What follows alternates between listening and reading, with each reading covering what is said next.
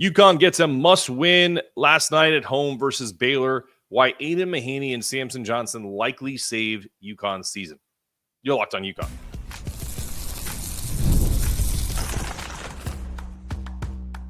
You are Locked On UConn, your daily podcast on the UConn Huskies. Part of the Locked On Podcast Network, your team every day. Thanks for making Locked On UConn your first listen every day. We are free and available wherever you get your podcasts. Part of the Locked On Podcast Network, your team every day. Before we dive into today's show, we just want to take a moment to say how thankful we are for this program and how it is growing exponentially because of people like you, the fans who are watching and listening, and those who value this great UConn content we try to put out. We're proud to say we're the only daily podcast covering both UConn men's and women's basketball, the basketball capital of the world. And we're thrilled to bring you the coverage you deserve. So to show our gratitude, we're giving back. We're donating 10% of our revenue to Husky Ticket Project, my buddies over there, helping send underserved kids to UConn games, boys and girls clubs, Big Brothers, Big Sisters. I know those are the initiatives that they use. And we're also making monthly donations to Bleeding Blue for Good and supporting NIL initiatives that make sense to us. And if you're enjoying the show, take a moment to subscribe, follow, leave a review wherever you listen, because every like, every subscription, every review, it adds to our revenue so we can give more to Husky Ticket Project and more to Bleeding Blue for Good. So this episode is brought to you by FanDuel. New customers can place a $5 bet and get started with $150 in bonus bets. If you win your first $5 bet, visit FanDuel.com to get started. Okay. What a game last night. In a minute, we're going to have Dan Meehan come in of Exit 68. He was at the game last night. He'll give us the rundown of the vibes of how everything went down and how it was being in the arena. But this wasn't just another win for UConn. We talked about this last night on the live show. Coming to this game, the Huskies faced pressure after being inconsistent in performances against high major teams, only winning their 5 previous games against low major, sub 300 plus Ken Pom ranked teams without their best player in Alex Karaban. But last night, 2 players, Aidan Mahaney and Samson Johnson, they're not the only ones, I felt like were the keys to saving UConn's season because they came out flat. 7-0. They're on 7-0. Then it was, I think, 18-7. And then it was 21-12. And Aidan bangs 2 straight threes. The crowd goes crazy. He loses his mind. He punches Dan Hurley in the face. Dan Hurley headbutts him. And off we go. Now, it wasn't all sunshines and rainbows. There was obviously more to it than that. But that's the very high level. And it showed a couple of things that I really thought initially about Aidan when he came here, which is, can he be a UConn guy? I still think he can. Have I had my doubts lately? Yes. But as Dan said, he rose like a phoenix out of the ashes today, and I think his season starts now. And what I will say last thing before we bring Dan in here, and then we'll get into Samson and how well he played, is last couple years, we always compare them to older teams. And I know it's unfair to them because these are national championship level players. But Tristan's first year here was not met with a ton of fanfare. I don't think people were clamoring for Tristan to be here. He's also kind of like a laid-back kid like Aidan. Doesn't let a lot of things bother him. But there had to be some culture shock coming into Dan Hurley's system. And it's why it took Tristan a little bit of time to really get going. And I don't know if Aidan can be like Tristan. I definitely don't think Aidan can be like Cam because Cam is one of one. But let's just all kind of see where he goes off of this performance because I think it's only going to get better with the confidence that he got from last night's game. All right, let's bring in Dan. Enough of me. What's up, my guy? How you doing? I'm good. How are you? Good, brother. Talk to me about the vibes last night. Some of the things that I initially said. What was the vibe to start? And then what was the vibe when we started to kind of get down and then Aidan hit those 2 threes? Yeah, electric night again in stores, basketball capital of the world. It is every bit of that. We checked out Ted's Bar, famous Ted's Bar on campus before the game. Place was packed. A lot of anticipation for this game coming out of the Maui Invitational. Top 25 opponent. They're neck and neck kind of in the rating systems, and something had to shake out, right? We go into the game without Alex Karaban, our to-be All-American best player. So just very interesting to see how that was going to shake out. Before the game, it comes out that Baylor was going to be without VJ Edgecombe, one of their best players, stud freshman. Hurley made some nice comments about him, about how he was so lauded in the recruiting trail coming into this past season. So, kind of a trade-off there. We're without our best guy. They're without one of their dynamic players. Something had to shake out.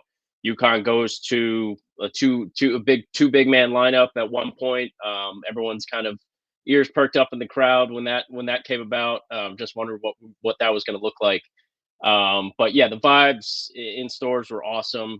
The weather did not permit, but it didn't matter. The crowd was rocking. Jim Calhoun was sitting right there in the first row, courtside. Got a nice standing ovation from the crowd. The first half, shaky as hell again to start. I think they go down 8-0 to start the game. Yep. Double digits in the first 5-10 minutes. So they start slow again. I think Baylor shoots close to 58% in the first half. You figured that, but they were only up a point, and UConn wasn't playing well. So similar to the last few seasons, I think that's like always indicative. You look up at the box score, you're like, we shouldn't be winning this game right now. And even the closing box score at the end of the game, UConn looks on paper like they lost, but they pull it out. I thought the fouling issues, this is one of the first games they've had. They only had 19 fouls committed tonight. So we come out of Maui, start to see some things switching up a little bit. I thought the whistle was very even last night. A couple shaky calls, but it is what it is. Yeah. It went both ways. It was nice to see. It was fine. It was a 100% fairly called game. We had Dan lose his mind one time, but it was subdued. And the thing that I thought was really like this, something that you couldn't get when you were there, is Bill Raftery said, the difference when he's at home and in these games, whether it's Big East or not, or high profile non-conference game, is he knows who these officials are. Like, he knows where the line is, and he knows how to kind of push their buttons, but also kind of get through to them. There was a great moment, I don't know if you guys saw it, where he's literally arm around James Breeding, smiling, whispering things into his ear, laughing. Looking like he was going to rip his head off at first, but then they both end up smiling and cracking jokes. So that's the thing that these guys like Goodman and others don't realize, is that like the only refs that probably called you are the refs that don't act like that. James Breeding tossed Dan Hurley in the Villanova game a few years back, and they have a history. And the devil, cool. Right? Devil, You'd rather man. have a guy that you can kind of anticipate what some of his not shortcomings are as a ref, but like kind of where his whistles lay in certain regards. Of course, and how the game's going to be called. Let me press your mind on this. Like, where did people feel on this, at least in the crowd? Because I said this on the show last night. I know the Wi-Fi situation at Gampel sucks, so you couldn't join us. Sorry about that. Once again, no, don't apologize. It happens. I'd rather you go to the game and talk about it the next day. So, 4 instances in this game where they had opportunities to stretch leads the way they have in the past. And I think those are the ones that we're going to really talk about as time goes on. If this team becomes a special team, it's going to be like, in particular, there was a moment in the first half where they got up 31-28. Solo just hit a 3.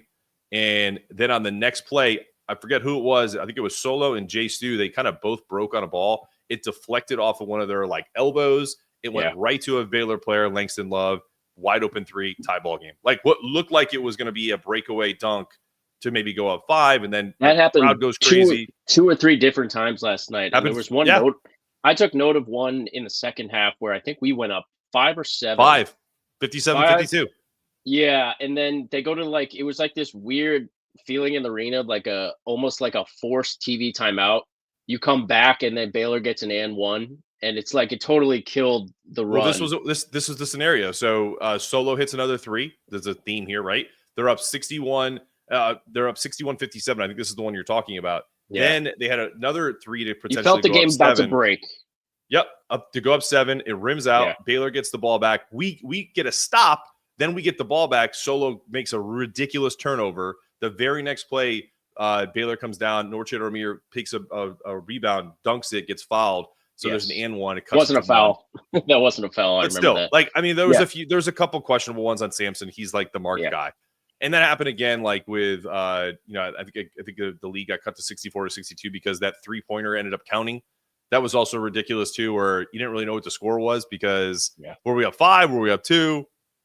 Yeah. No one knew. You could see in the arena, you knew those guys as soon as the next stoppage in play came, those guys were going to go deliberate on the sideline. It took forever. This is like an epidemic in college basketball and in basketball in general, the NBA too. these reviews are taking way too long at the monitor. Like, they've got guys in different cities looking at these things that can make one phone call and get you the decision within a few minutes, few seconds. But yeah, on the scoreboard, the score did not change. They held it off, and then they go to the TV timeout. They deliberate on the Right. sidelines between three. They actually call the third ref over, and then you see the score. Everyone was like, "Is the score on the scoreboard in the arena going to change?" And then your head just goes down. I think that made it a 3 or 4 point game, 65, 62. 64, yeah. 62, yeah. Okay. So there was some weird stuff going on with the TV timeouts toward the end of that game. Before the game, I saw the line was like the opening line was 4.5, and then it moved to 2.5, 3.5. There was a guy in our section. We were up in 220 who at the 0.4 seconds left, he's just, the whole place went quiet and he just screams, "Haas, I need both of these." the whole place just went nuts when he made both the free throws. So that guy covers the spread. Shout out to our boy Little Red, who was sitting on press row last night. I have no doubt in my mind that he fabricated and changed the outcome of a few Baylor free throws with his cheering on the baseline. So shout out to him. But Love yeah, it. Love it. We saw some lineup stuff last night. I think Terrace. So he was just a force in the second half. We talked about it on the preview pod yesterday or Tuesday. The size difference in the rosters. It was evident last night when he came in the game. He's getting so many just tips on offensive rebounds just because he was taller than his defender. So they had 9 offensive rebounds. I think he had half of them. So he was a beast. They made a concerted effort to turn to him in iso ball down low, just getting him down on the block. He had a couple drop steps, Adama Sanogo-esque. That's who they're trying to model his game after offensively. And it looked like they were making a deliberate effort to try to feed him the ball and let him kind of go to work in iso ball down low. So some of that worked. And then Samson, people can say what they want. He's played awesome in his last 3 to 4 games. He fouls out last night, but it really wasn't consequential. So his last 4 games, I just want to go through his game logs. Last night against Baylor, 22 minutes, doesn't miss a shot. He's 4 of 4, 5 of 6 from the free throw line. Every one of those counts. He's got 2 blocks. So he ends up with what I thought was his best game, 13 points, 4 boards. Against UMez at home, 3 of 3, doesn't miss a shot. Dayton, 6 of 7. And against Colorado, 4 of 5. So he's kind of back to being, at least to me, we're 2 games removed now from Maui. He seems to be back to kind of being who he's going to be.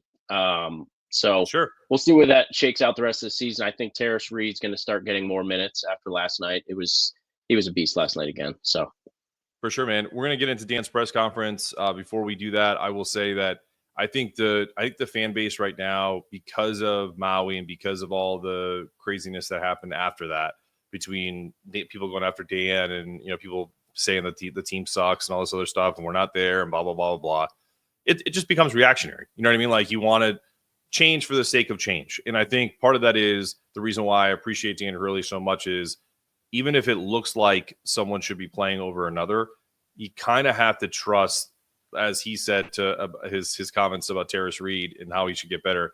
You should probably listen to the coaching staff that won back-to-back national championships. So I'm going to break on that. Seemingly know what they're doing. Yeah, seemingly know what they're doing. So I'm going to take a break on that, and we'll come back and talk about his post-game presser and some of the things he talked about, and some of these holes that still exist defensively, even after a big win.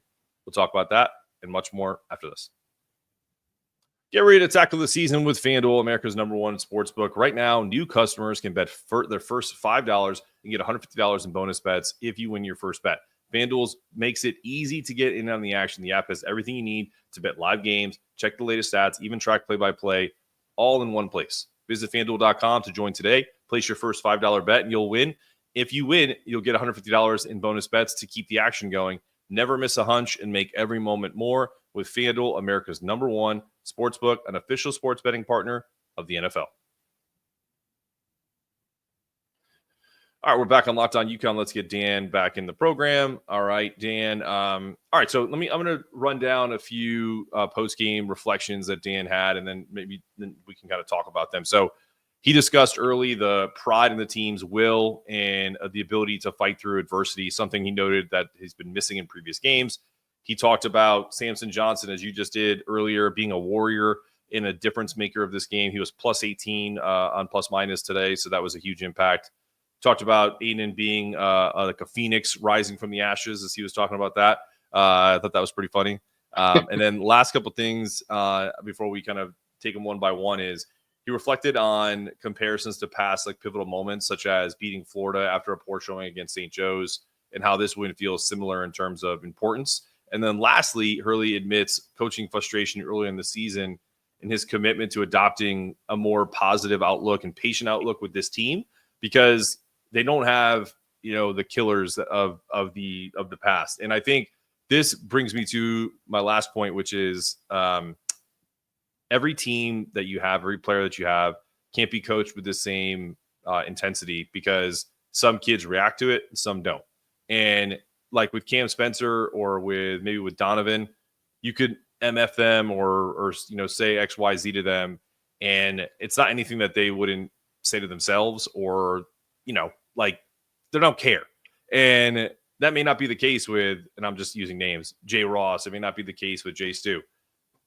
Does it mean that they're less players? No. It just means that he needs to figure out what type of coach he needs to be now and keep the same, because all the same principles are the same, the hard work, the intensity, but how you go about delivering the message may have to change this season. And I think he's acknowledging that. So I know I just threw a ton of stuff at you, but what are your thoughts on some of that stuff? Let's start with the will of the team. What did you feel on at Gampel? Great second half. I thought the first half they were scrambling a little bit in the first 10 minutes, maybe some shell shock on that. UConn missed a few shots, and Baylor goes up 7-8 points. They have a double-digit lead to start the game at home. Not the way you want to start against the top 25 team. Probably the most pivotal game of the season, stretching out of the Maui. You get a good win against UMass, but this was the premier matchup of the season thus far. We highlighted it. We thought this was a must-win game. They 100%. responded, so I loved it. The second half. They were gritty as heck. Not a ton of foul trouble like in the last few games and the Maui games, so they were staying clean. A few instances where Terrace and I've taken note of this to see if they're kind of like learning from their mistakes, and it was evident last night that they were just staying vertical a little bit more down low. A couple fouls here and there where they're hanging over the defender, but for the most part, they look to really clean some things up. There's some lineups I think that are producing a little less defensively, but they were without two guys last night, Karaban, and then I think we heard through the grapevine that Ahmad might have been unavailable last night, maybe a little banged up after practice, but he should be fine for the next one down in Austin. But if you listen once a week, UConn releases media availability videos. They're 10-15 minutes long, and they're always worth a listen with Dan Hurley. He gives you every answer that you could possibly want. You get 2-3 games in a week, so a lot for him to kind of sift through and information to give you to the media. He spoke on being incredibly cognizant with this team specifically. Last year's team and the year before didn't need as much coaching. He called those guys, quote unquote, innate killers. They were born with it. They were coaches themselves on the court. The 2-year players, so they had already had some runway from the 22-23 team coming into last season. Last year was championship or bust. Everybody knew it, and they did that with flying colors. This year's team, you got some new guys in the program, all out, like from different places, transfer portal guys, still looking to get their footing. But you also have the sophomore class that he's so high on, and they're just trying to figure out who those guys are going to be. But he spoke on how cognizant he is in his facial expressions to each individual guy. So the specificity is just top notch. And I just always find it, those comments, he just speaks in such specificity, more so than other high profile coaches. And it shows you the gap between him and some of these other guys. And it just kind of reassures you. You watch 10 minutes of this guy answering questions at the Worth Center, and it's like, okay, I feel a lot better about where we are and where we're headed. And he also made a comment about there's some other teams, and Baylor's one of them, and like Auburn's. He didn't name these specifically, but those teams are older. They are already who they're going to be for the most part. UConn is not where they're going to be in 6 weeks and 2 months' time. So these young guys are going to progress. Every day matters. They're going to get better every day. Sit back, let the best coaching staff in the country do what they do, and we'll see where it shakes out at the end of the season. Yeah, I mean, I think if you look at to that point, if we look at the top, the top 25 or even the top 10, a team that kind of stands out, a couple teams that stand out that are not are basically Duke and I would say maybe Iowa State, but Iowa State's an older team too. Like look at the Associated Press. Kansas went down, Yep. Auburn went down. Tennessee has a bunch Big of win for Duke and, against Auburn. that's what I'm saying. Like let me just go through this real quick. Like Kentucky's all transfers are all older guys. They don't have really any freshmen. Marquette, older team. Cam Jones playing great. Iowa State, same thing. Gonzaga, Purdue, guys left over. It's not exactly a team that is like full of freshmen, right? Alabama, same thing. Wisconsin, and then just lost a big player, Alabama, right, for the season. Then you get to Duke, and it's all freshmen essentially. So it's a young team. Duke played exceptionally well last night against Auburn at home. So I think Dan is right. Like when you look at the top 25 and UConn's in there now, and they're going to obviously move up. Like you can't look at a team in here that is maybe Memphis who beat UConn. That's a younger team. I think Duke's interesting. They take on all the number one team in the nation last night, Auburn. Awesome big man matchup between Janai Broome and Cooper Flag. Flag delivered. I watched that entire game when I got home. It was awesome. Iowa State takes down Marquette. So Marquette kind of, they played hard, but they were handled last night. They lost, I think, by 10. So some good matchups in college basketball last night. Big East, nice little comeback against some of these, I think 4-2 now. Some of these big. Who else lost? But, I saw something on Twitter. I'll look it up after this. But Big East, a nice little comeback, holding their own against some premier competition. It's nice to see. Creighton takes down number one.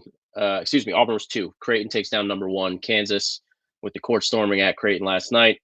You talk about some of the maturation of some of these teams throughout the season. Some of these, I'd say half the squads in the top 10 are, for the most part, who they're going to be. Everyone's got some figuring out roster-wise, rotation-wise, who they need to be. I think Kansas is super deep. Auburn's deep. Those are grown men. The best player in the country, Janai Broome, he's a fifth-year guy. He added a three-point shot. So, these guys, there's some teams. Tennessee, I think, is who they're going to be. But you talk about UConn. This roster is full of wing-heavy sophomore class guys that are looking to make their footing. And, Amon Noel, Terrace Reed. Terrace Reed is a proven guy who was getting terrible coaching, some of the worst in the country at Michigan. Mm-hmm. He was a diamond in the rough. They're going to unlock him. We've seen some of that already. He's going to continue to mature. Aidan Mahaney has his breakout game as a UConn Husky. Saw Hurley going nuts on the sideline. The whole crowd went bonkers after he hit that 3. I think he was plus 18 or 17 last night for UConn. So his minutes, I think for the first time this season, were like they were a force while he was on the court. I wanted to see him playing more in the second half. They kind of throttled his minutes, I think, trying to get DR to play some lockdown D. But I thought he was one of the best players on the court last night. So you talk about throughout the season, young guys and growing with the team. You want to be hot at the end of the season. I'm totally fine with where they are right now because you can see the foundation that they're laying. And how many different lineups has UConn played? Like countless. They don't know who they're going to be at the end of the season. They're going to figure it out, and this team will be strong come the end of the season. No doubt. All right, we're going to get to the last segment of the program, and I will say this, even off of a win, I'm going to pour a little cold water on the biggest win of the year so far. The defense is still shambles is a bad word. The effort was better. The defensive rotations were better, but we have some numbers to throw at you that you will not love. So we'll talk about that coming up after this. We're back because there's no ads. Awesome. Listen, I will say this.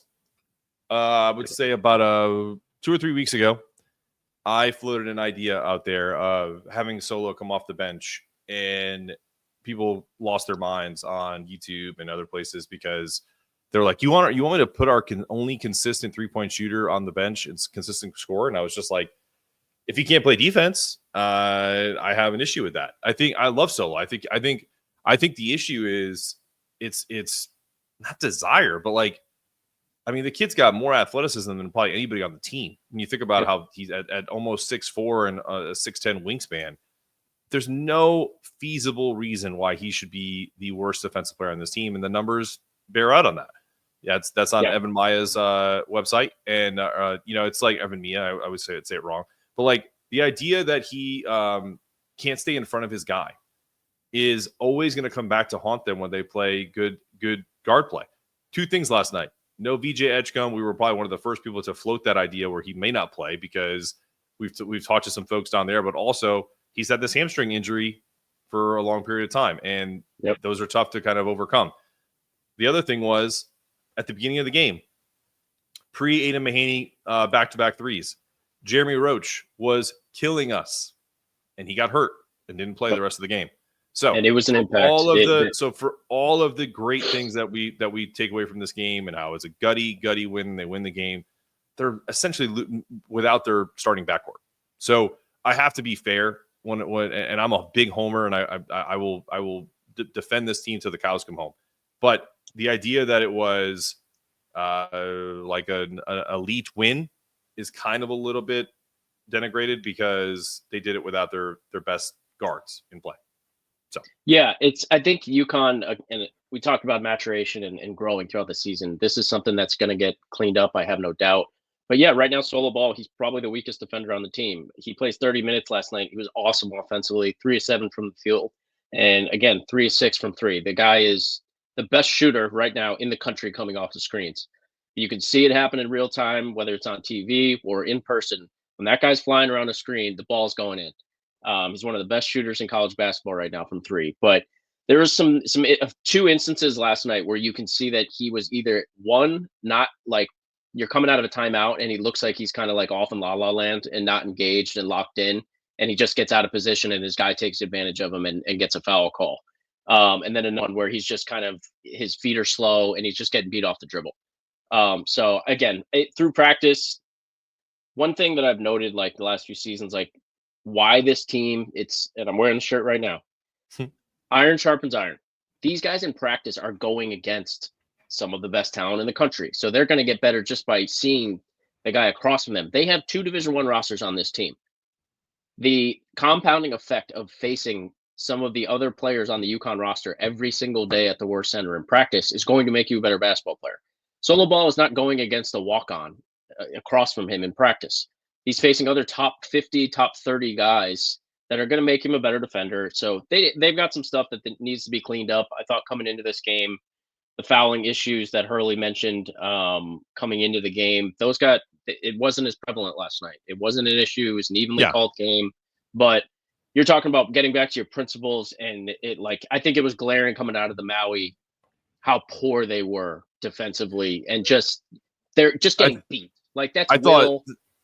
No, I get it, and I think part of it is like there's 2 things. One, I think there's absolutely no excuse for Solo to be like literally the 600th ranked defensive player on Evan Mia is. I mean, if he's an average defender, he's an NBA player. Like let's just be completely fair, right? So too. And the other thing I will say is it's not just about not being able to stay in front of your guy. It's about being connected to your teammates on defense, because if there's one thing that we saw a lot in Maui, we didn't see a ton of it last night against Baylor, and this is where I give them credit, is the rotational defense. Like when you do get beat and guys come and help, the other guys come and help rebound and block out. They did a better job of that.